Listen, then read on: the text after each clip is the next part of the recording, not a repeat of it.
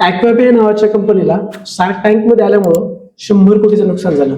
ॲक्वापे काय करते तर एक पाणी विकणारी कंपनी. जनरली शार्क टँक मध्ये ज्या ज्या कंपन्या येतात त्यांना 100 कोटी 50 कोटी कधी कधी छोटी फंडिंग सुद्धा मिळते. पण ॲक्वापेच्या बाबतीत असं वेगळं झालं. त्याला कारण काय होतं तर ॲक्वापेने काय केलंय त्या शार्क टँकच्या शो मध्ये असं सांगितलं, आम्ही मार्केटिंग करताना एक सिंपल स्ट्रॅटेजी अवलंब करतो. काय तर जेवढे मोठे ब्रँड आहेत बिस्ले केनली सगळ्यांचं टेक्स्ट डिझाईन ब्रँड नेम सगळं कॉपी करतो आणि आमची मार्केटिंग करतो.